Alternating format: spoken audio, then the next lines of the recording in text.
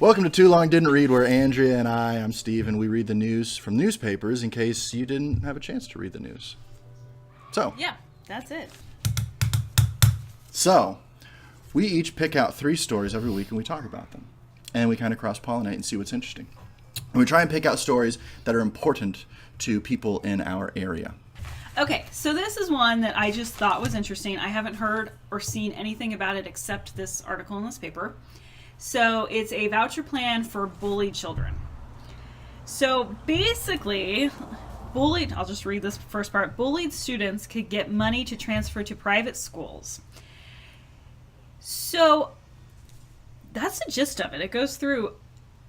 This opened up a lot of questions for me. It also has something to do with Bright Futures, if I want to get into that. But this whole idea, putting the responsibility on the child that's bullied.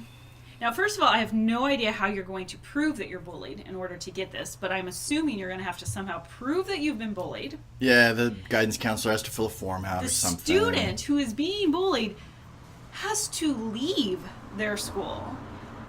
The bullies, nothing happens. Do you get the sense that bullying is actually worse today than it used to be? I would not want to be a child today with social media. But do you think the bullying is actually worse? I think it is because they have another platform in order to bully with. My day, you went home, you complained to your mom, but that bully was somewhere else in another house. Now you go home, that bully's like, posting a ridiculous video of you or whatever they do. I don't know what they actually do. Yeah. But with this plan, I think it's really it's making the bully the person, or the student who is being bullied has to admit to it. They have to go to, and then they have to leave their school and their other friends. And the students that are doing the bullying, they just kicked a kid out of school. It's really crazy. I feel like if you were a bully, that is like the ultimate. You just got somebody to leave because you were such a jerk to them.